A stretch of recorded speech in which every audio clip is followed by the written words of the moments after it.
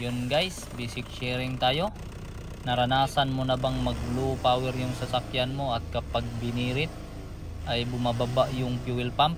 Tsaka yung gihambin nga balatian, low power, purot-purot at patay-patay yung engine gaya nito. Bali ngayon ay nandito tayo sa pangalawang area natin. So medyo puno na rin dito. Pero for releasing naman to. So tapos na nating magawa. So ito yung unit na gagawin natin, oh, Isuzu Crosswind. So medyo old model muna yung isi-share natin ngayon. Yan, so pinaandar natin. Hindi pala electronic ang engine ito. Yan, oh. So tingnan natin yung gihambin niya na balatian. So mahina yung apak. So purot-purot siya. So kahit anong birit-birit yung ginawa natin ay yan. So parang namamatay. So patay-patay kasi yung problema nito. Yun, so totoo nga. Ngayon ay simulan natin agad na i-troubleshoot yung problema. Tingnan natin yung fuel pump dito, yan, oh. So habang nag-RPM tayo ay dahan-dahang bumababa yung fuel pump. Ibig sabihin ay hindi maganda yung kahimtang niya. So habang umaandar yung engine natin, nakababa yung fuel pump, dito tayo sa may likuran. Kita natin na may kunting ulap. Siyempre hindi na tayo nagpaligoy-ligoy pa. Dinre na agad ng kasama natin yung diesel.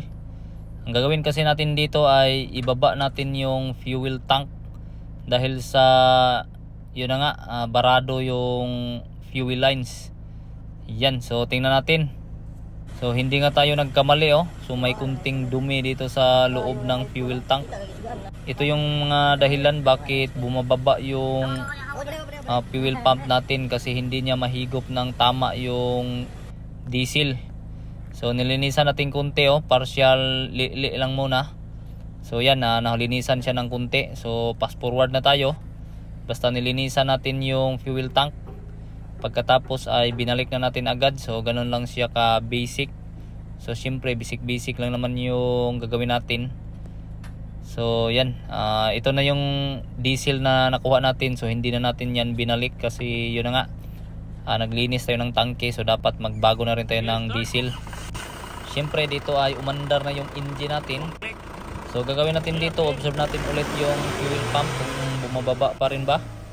Yan, so nag RPM na tayo at binumba ko na nga dito para matulungan nating mababa yung fuel pump. Pero yan, so hindi na talaga siya bumaba. Yung hood na lang muna yung binaba natin dito.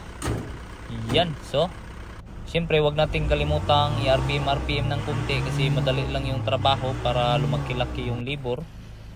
Pagkatapos ay pinaabante na natin agad na nakauna na naman yung likuran. So kailangan kasi nating i-test drive to para malaman kung talaga bang okay na yung trabaho natin. Tara, samahan nyo ako, test drive tayo. Ayan, so sira pala yung odometer ito, yung speedometer, kaya hindi natin makikita kung dahan-dahan ba yung takbo natin dito.